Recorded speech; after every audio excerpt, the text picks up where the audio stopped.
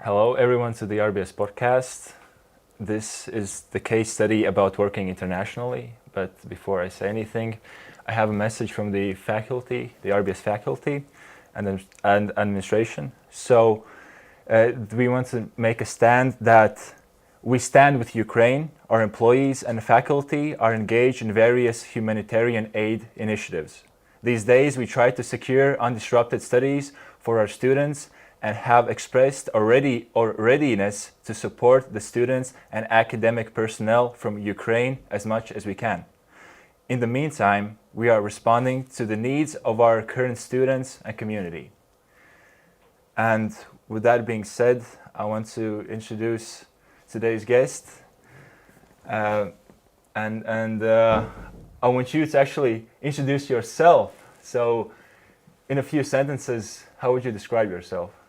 Hi everyone, my name is Evelīna, and this is quite a hard question, but if I have to think about how I would describe myself, I definitely would describe me as an optimistic, very goal-oriented and organized person that's thinking not just about oneself, but also about others. Wow, okay, that was well thought out. I actually also asked Paula Maria Romanovska what she thinks about you. And after I say her quote, I want you to also explain who she is to you. And let's see if this quote matches with what you just said. So Paula is also saying hi from Dubai. So Paula said that Evelīna is a great team player who always finds a way to motivate others, either by saying some encouraging words, such as "saņemies lupata," which is hard to translate in English, but moving on, or by motivating you in exchange for her cookies. I also want to know what that means. She's always up for an adventure, but can be serious when she needs to be. She's a happy soul that is of joy, and sorry, I will have to reread this again. She's a happy soul that is a joy to be around, always bringing something extra to the table. So, Evelīna, who is Paula to you? And then I'll have some other questions about what she said. Okay, well, to start with, actually, Paula is a person that I've been together with for the most of my life because we started out as friends when we started our first grade in school, and then we entered a journey together, joining RBS. And now she's one of my dearest friends who's at the moment living in Dubai. Yeah.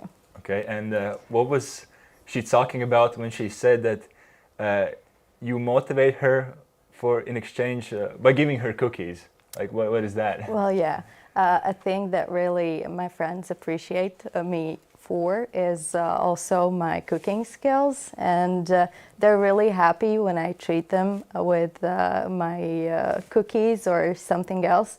For example, a few weeks back, she asked me to bring my cookies across half of the world when I went to visit her in Dubai. So yeah, they're very highly appreciated. Okay. Yeah, that is so one of your hobbies is cooking, right? Do you have any other hobbies? I would say that is my main one, but at the moment, well, also being active and being in the nature and going to the gym. Yeah, those could also be and about considered as cooking, my what is your hobbies. let's say most famous dessert or the food you make? Like, what is the most famous one that people know you for? Who tried your food? Yeah, okay, I would have to say that those are my cookies. chocolate chip cookies. Yeah, everyone just loves them. Okay, wow, that's I actually want to try it now.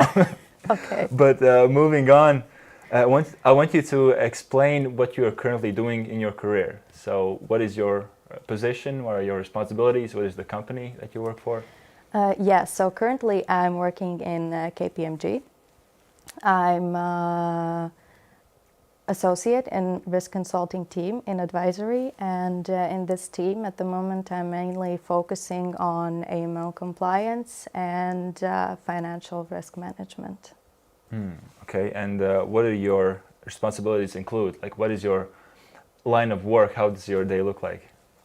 Well, basically, I'm involved in various active projects. This means that I'm working on reports, interviewing clients,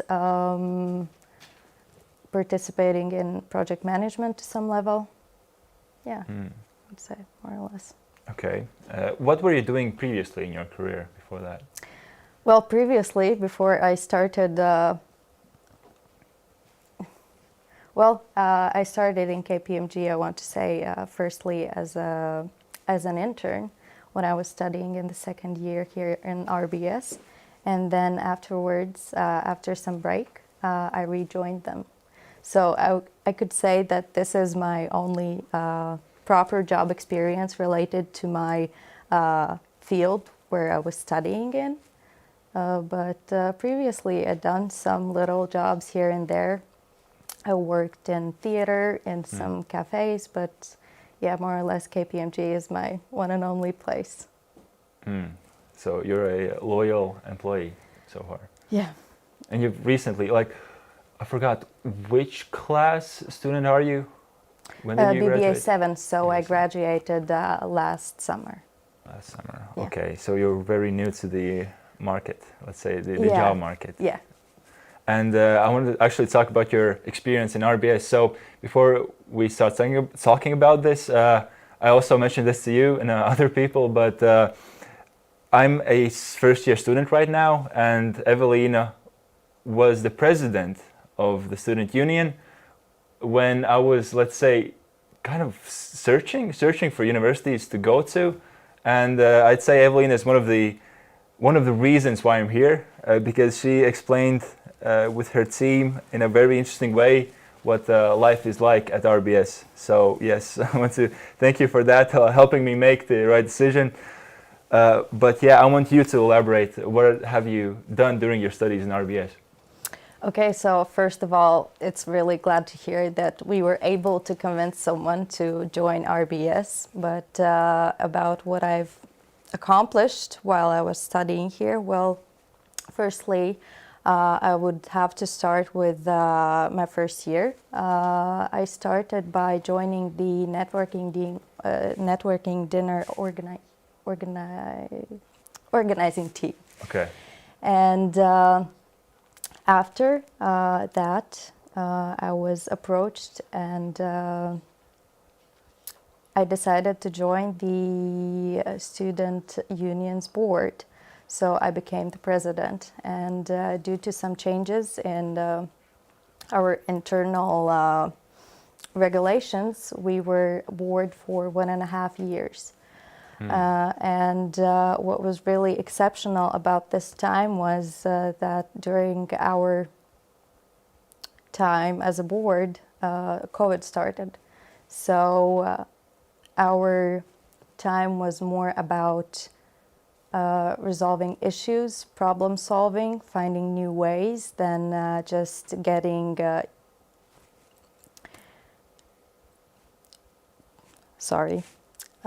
than just beginning the way as it was before and organizing events and such things.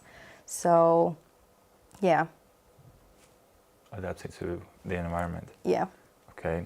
I want to ask you a question about leadership.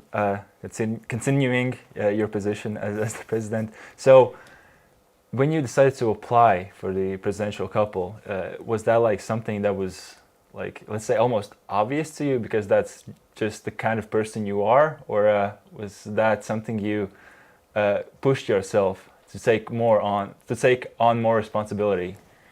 I would say it really is a combination of both of them, because as I already previously mentioned, I was approached and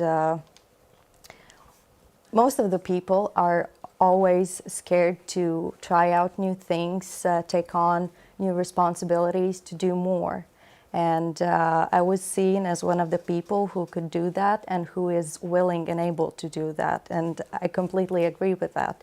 And that's because that's also the reason why I chose to become the president of SU, is because I knew that there isn't maybe that many people out there that are willing to do it. And at the same time, I also understood that I'm able to do it. And throughout the time, I actually have also understood that I really like to challenge myself. And I really like to see what comes out of all these challenges that I'm taking on. Okay, and I want to like elaborate even on that. So after, during your period as the president, and which was actually like 1.5 years, right? So that was a extra long position. And what was like the thing that you developed the most about yourself? Like maybe something that also helps you today, like a skill set that you developed that is helping you still today? I think that was really to manage people on a more responsible level, because, for example, if we have to work in teams during studies, that's not the same thing as working together with a group of people in SU, and also making sure that everything's done, everything's up to standards, and that everyone's happy about it. Okay, wow. Because joining the student union, it's mostly like voluntary work. So there's also benefits that add to that, like that added value to the position. So that's interesting to hear. What are the leaders that have impacted your life? I would say my family and friends, their successes around me. These are main people that I'm looking towards and taking as an example. And someone specifically, maybe out of those like friends, is there a person that stands out, like let's say an example of what a leader should be like and what you aspire to be like? I wouldn't say that one exact person comes to my mind when you ask me this question. I'm more of it thinking as taking many little things from all the people in my life, seeing what are their successes, what is good, what is not so good and successful. So, yeah. Okay, wow, yeah. Now I want to ask you a question about technology. What are the apps that help you or you use in your everyday life? So something that you use and they make your life, let's say, easier and increase your productivity. Well, as the main one, I would like to point out, of course, my calendar, because without it, I'm lost. And of course, maybe to some point, emails and also WhatsApp, because it really allows you to communicate with people all around, and you don't have to be there, and you can still have meaningful, structured conversations with people. Also, Zoom or everything, considering all these times. And I would say, yeah, these are the main things. But what is also, I noticed, a pretty important tool in my life is sticky notes. It really helps me to stay organized and just see all the little things or all the tasks that I have to do. And when I'm done with them, I just take it off. Sticky notes. Okay, that's a good tool. So you're still, let's say, embracing something that's physical. Yeah, really. Wow, okay. What is your most meaningful, let's say, a learning lesson or a failure which turned into a learning lesson? So what is an example of that you have? I wouldn't say I have had necessarily big failures in my life, but when thinking about this question, what comes to my mind is maybe the times in my life where I have chosen the easy way out and haven't taken on the challenge, or just tried to get away from it because I know it's easier. And what I'm still learning from all of these things is that it's not always the right choice to go the easy way out. And because challenges are the things that you're learning from the most. And that's what I'm trying to remind myself every day, is to not be scared of all the new things that are coming into my life, and just, take it on. So like living the cliche that you regret the things that you didn't do rather than the things that you did do. Yeah. And actually turned out to be true for you. Yeah, it is. It is very true. Okay. Now I wanted to move on to the actual study case. So working internationally, what were your initial, let's say, expectations before you started working in foreign regions? Because we had a conversation earlier where you explained to me that you mostly worked with companies from foreign, even continents. And what were your initial, let's say, expectations, and what were the actual impressions when you actually started working? Yeah, so as you mentioned, I took part in quite long project that I had to work with countries all over the world and people from all over the world. And initially going into it, I understood that it is a huge opportunity for me to learn many new things, meet new people.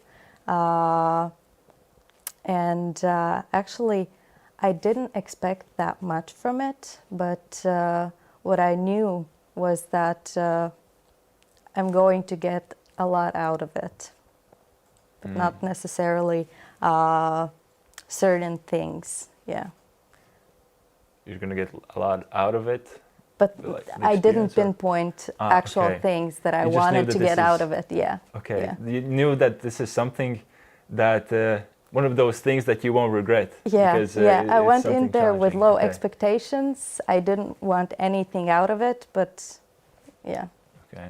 And I want to, let's say, connect that with what I've also had in my study process so far. So RBS, they kind of, from at least what I've seen so far, they prepare you for the intercultural experience for the workplace. So did that help you in some way during your studies in RBS?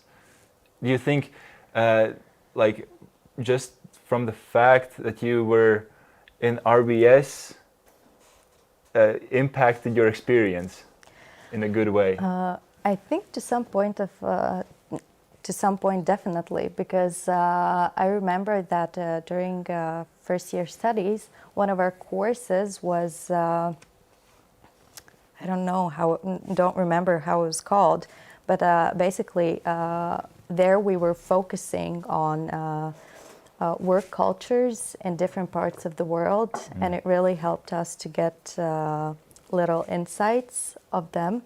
That was one thing that I remembered going into this international project. And I also remembered that they said to us that it's quite important to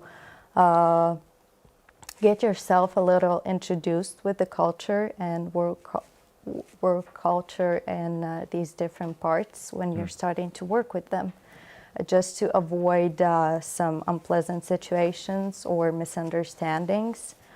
And what also from studies in RBS I think helped was that our professors are quite international, and it really exposed us to this factor through the professors. And I think to some point that also prepared me, because I had to find common language from people that are coming from different parts of the world. Yeah. Okay, and you just actually also said that RBS helped you, let's say, or they taught you that you need to adapt to the cultures. So when you were learning about these new cultures, like it was probably first of all really different, right, from our culture, the Baltic states, the Nordic, Scandinavian culture.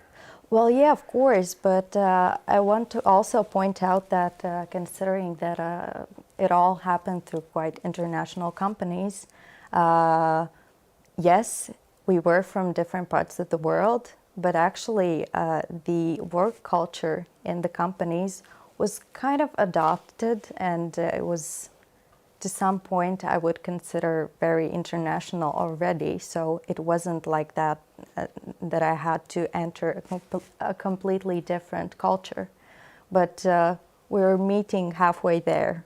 Okay. Yeah. And we actually forgot to mention, but which are the regions you work in, like you worked at during those 8 months? Which were the regions specifically?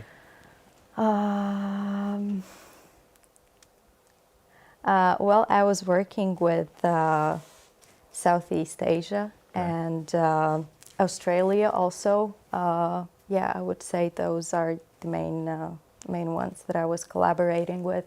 But our team was very international, from Brazil, China, and also United Arab Emirates, and yeah.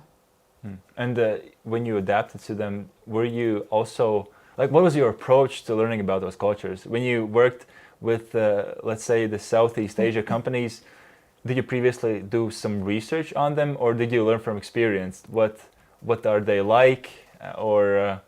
So yeah, was that like sort of from experience, or did you actually research before that? Well, in the very beginning, I did a little research about them, about the cultures. But what I actually really enjoyed was learning through experience, because everyone there was very open, very friendly. And what we also, me and everyone, appreciated there was that we allowed to get insights from our cultures, how it is for us here, how it is for them over there. And we really, each of us learned through experience, and if we didn't know something, we asked, of course in a sensible way, but yeah, that was how we mainly learned about each other. Okay, but were there also experiences, like situations where, let's say, you didn't get to ask, and maybe there was an uncomfortable, let's say, situation because something that's acceptable here was not acceptable in, let's say, Southeast Asia or let's say Brazil, right? So were any those sort of situations that come to mind? Actually, no, I have to say I got lucky, and I wasn't put in such uncomfortable situations due to cultural differences. So yeah, I'm really happy about that. I've also learned that only through theory, and also from the school, that every culture is different in the way they work. So did you notice any differences? Like, for example, in Southeast Asia, the way they work compared to the Scandinavian countries, are they, let's say, more relationship-oriented, more work-oriented? Do you have to speak to them in a calmer way, maybe not be as direct? So were there any those sort of, let's say, differences? Well, the first difference that comes to my mind is that considering that we were working with people from Dubai also, what firstly was a kind of change for us was that at the time when we started our project, their weekend was Friday and Saturday, and Sunday they started their work week. So yeah, it actually changed at the beginning of this year, but that was one of the first things that we had to deal with.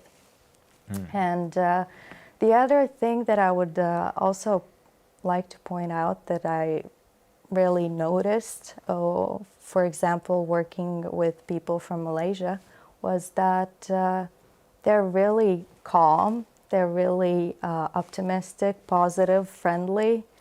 And Also kind of differences with us was that based on their religion, they were going through Ramadan, and that means that their work hours during the week were also altered to adapt to what they are going through at the moment. Ramadan. Okay, I'm not familiar with that. Could you, for example, explain what that is? Or, Well, like simply, for example. they're not allowed to eat at certain parts of the Okay. day, so their work hours were altered, so it's easier for them to go through it.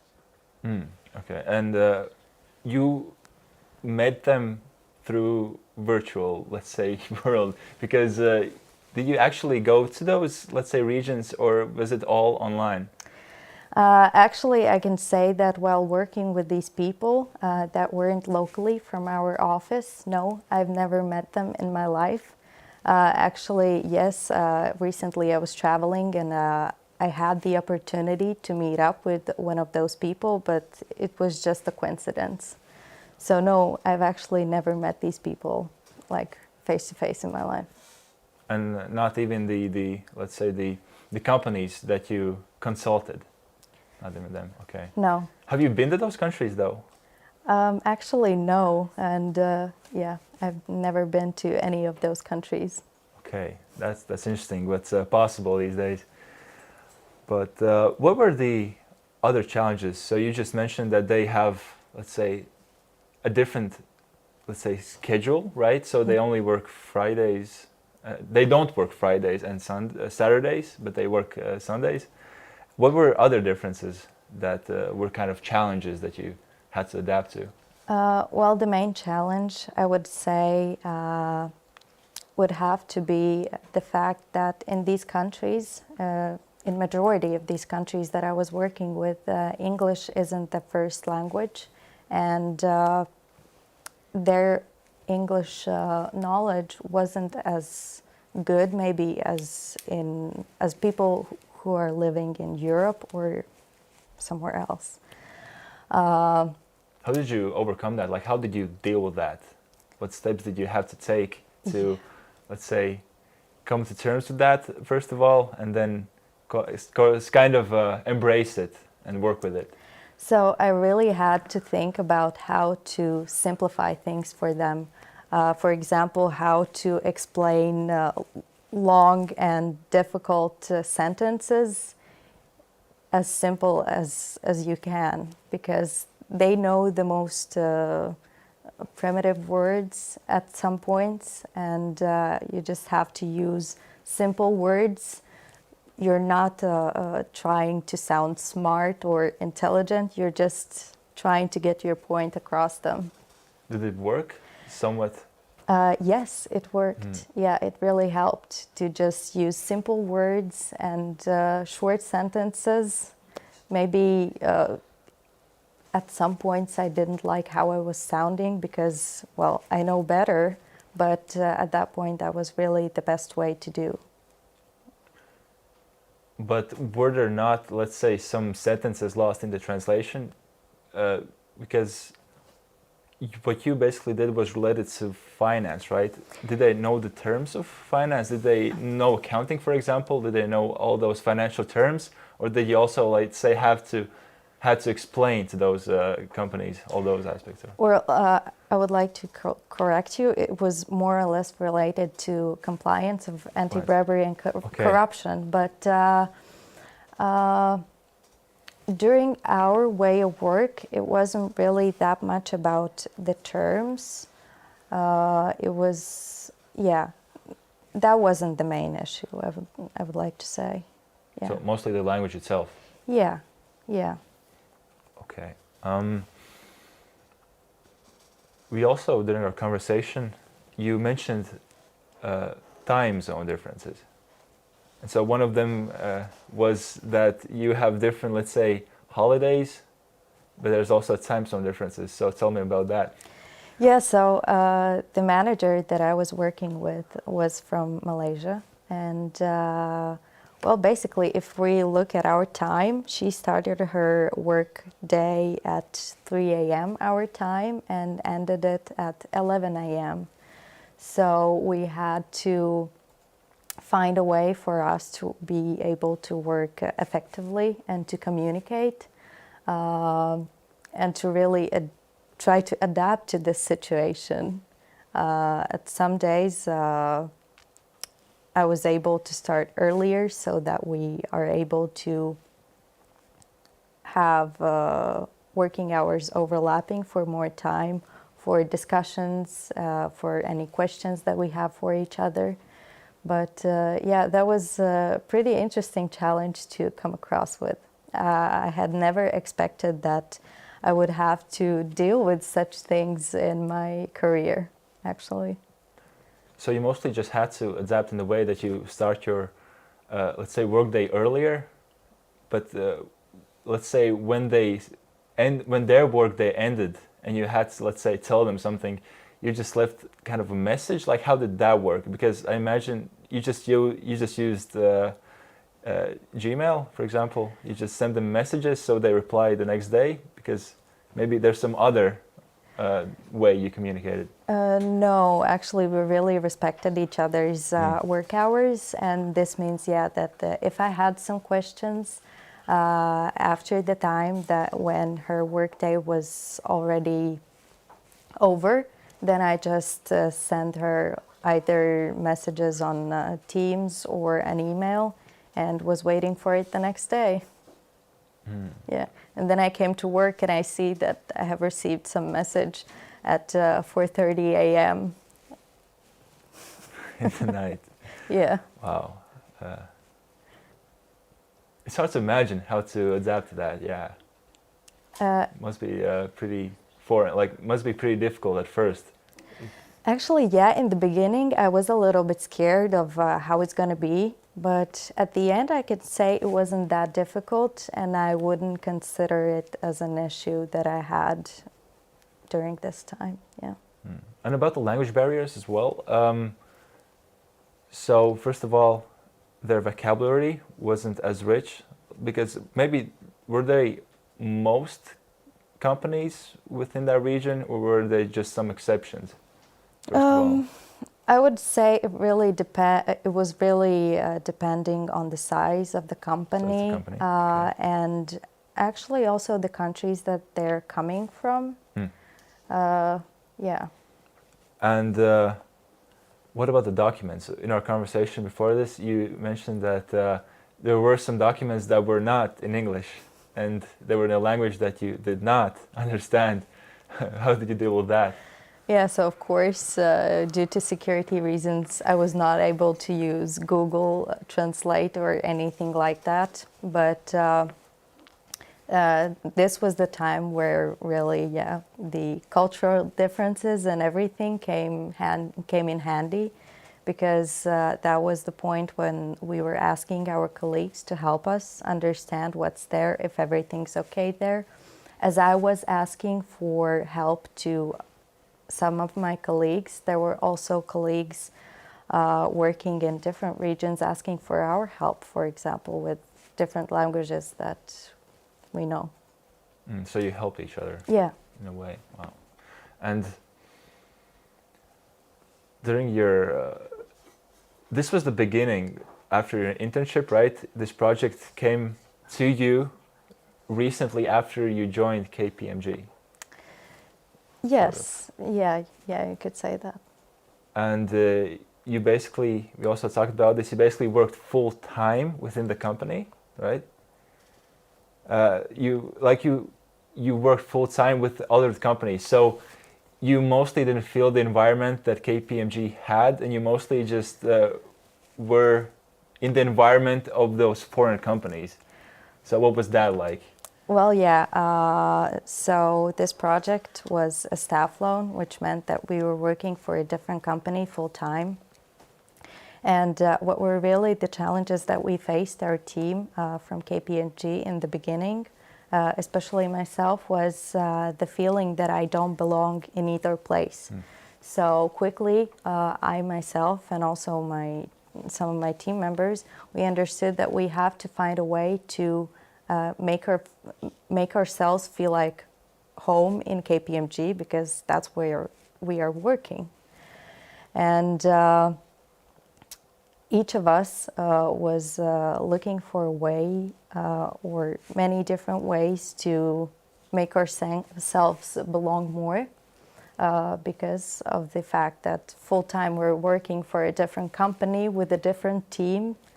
And what was the solution for me was to involve myself more and more into activities that are not our local projects, because at that moment we were not able to take part in those. So these were some events, of course, online events, considering COVID and everything, but that really helped. And to just from time to time chat with our colleagues, it helps you to belong more. And after that 8-month experience that you had, what were, let's say, the most meaningful skills you developed maybe, or what's the most meaningful takeaways that you had after that? How did that change you as a person? What I'm asking is. Yeah, well, while I was a part of this project, I actually can say that I didn't understand to the full extent how much I've gotten out of it. But once I returned back to our local projects and started working with them, and I understood actually the amount of knowledge that I've gotten out of it, and how much I've understood. And what else was that I also, during this time, had to train some people that were joining our team. And when I started to train them and tell them what we're doing, what do we have to do, what we don't have to do, that was also the point where I understood, okay, wow, I know so much. I know so well all of these little things that are important in our everyday life. Yeah. Wow. And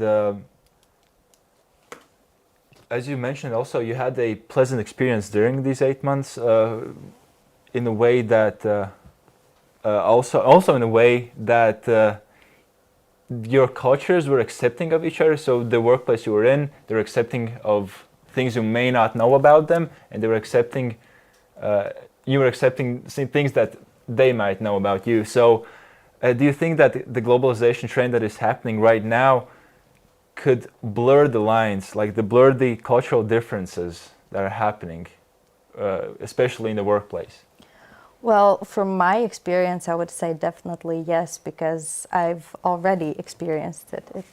I've seen it. And I think you can also see in RBS, because there are people from different countries, from different parts of the world, and we're just adapting the environment for everyone to be able to fit in, for everyone to feel like home, for everyone to be comfortable.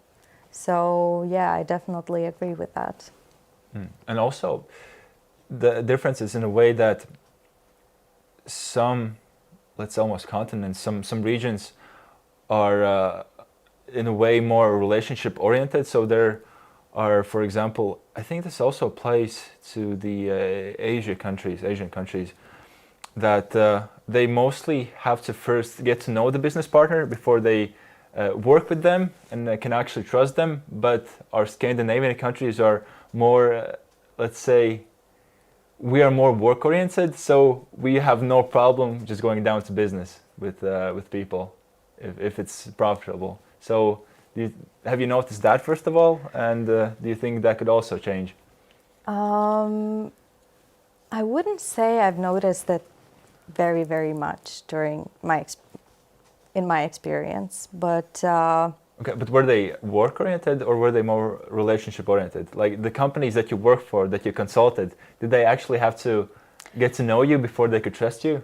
I would say, Is that yeah, the they were case? more relationship-oriented. It was really important for them to get to know us, to be familiar with us, to know who we are, what are we doing, where are we, what are we doing, what are our interests, and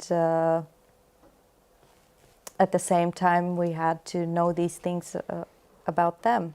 And yeah, that was actually one of the things that I really appreciated, because not only I got out the work experience and the field experience from this project, but I also got to know new people all over the world, and that's something. And that networking aspect as well. Do you still have like connections that you cherish still today?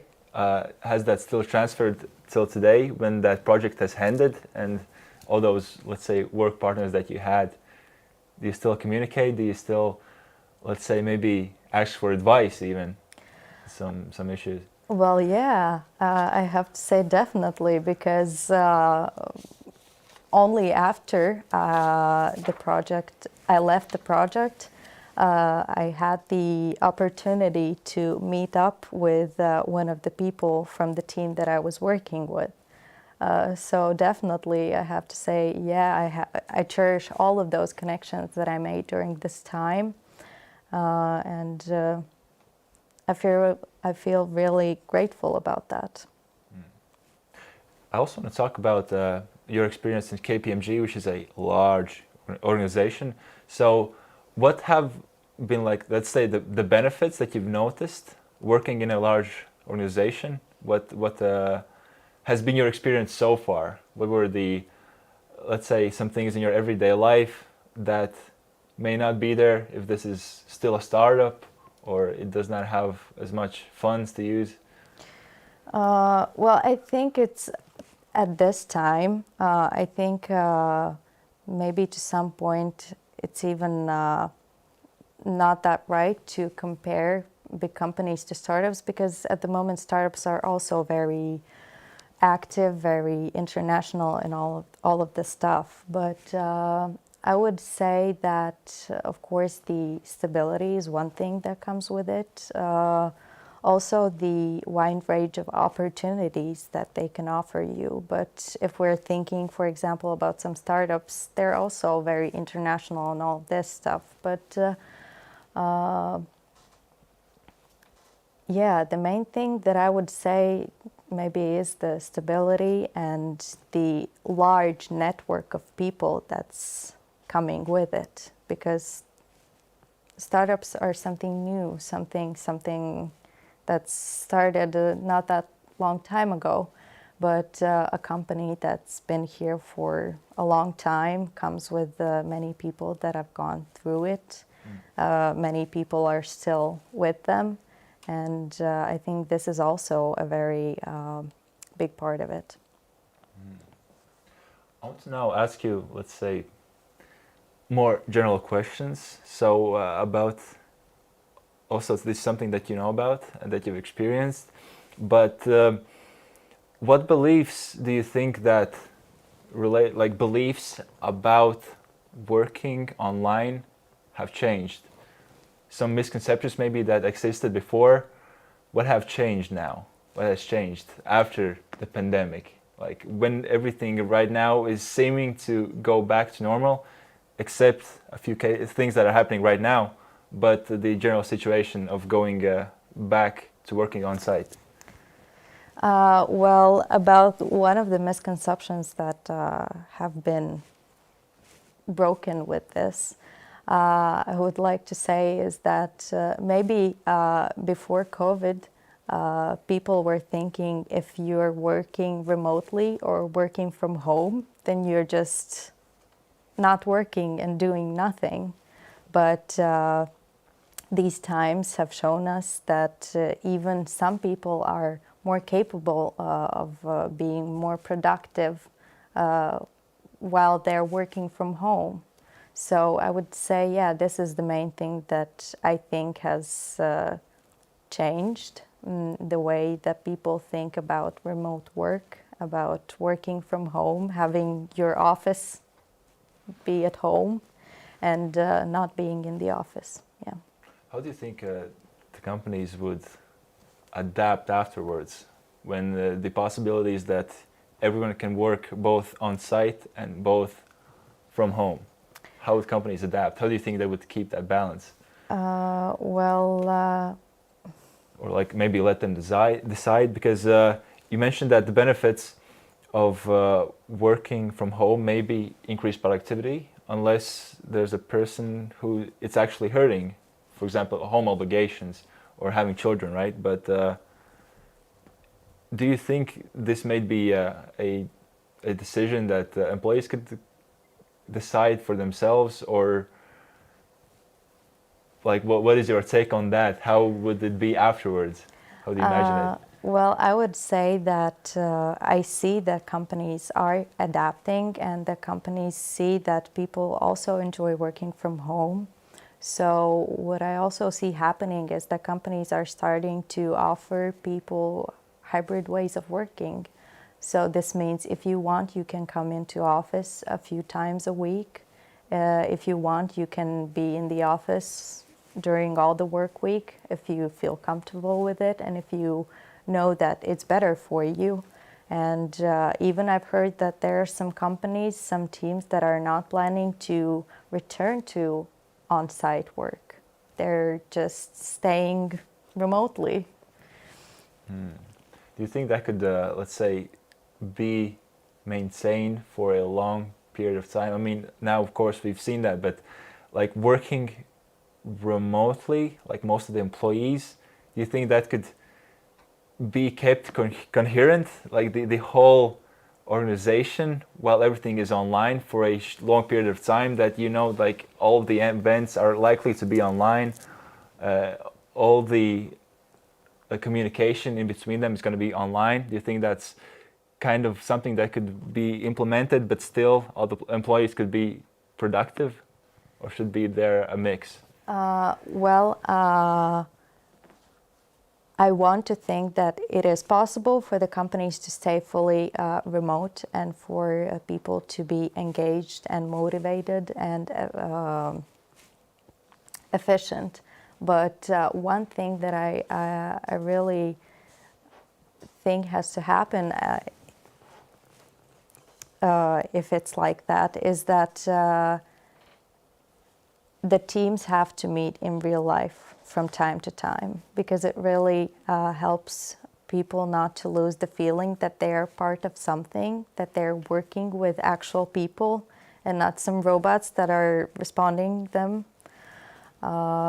So I think, yeah, it is possible, but of course, with new ways, there are coming new problems to overcome, to solve, but I think, yeah, it is possible. Wow.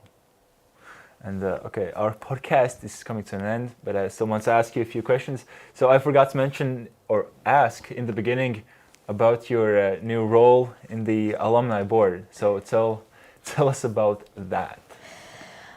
So yeah, another new challenge for me. A couple of weeks ago, I was elected as a board member in Riga Business School Alumni Association. So yeah, new challenge for me that I again decided to take on. I'm really eager to see what I can learn from it and what I can give back to the community by being on the board of Alumni Association. Yeah, really great opportunity.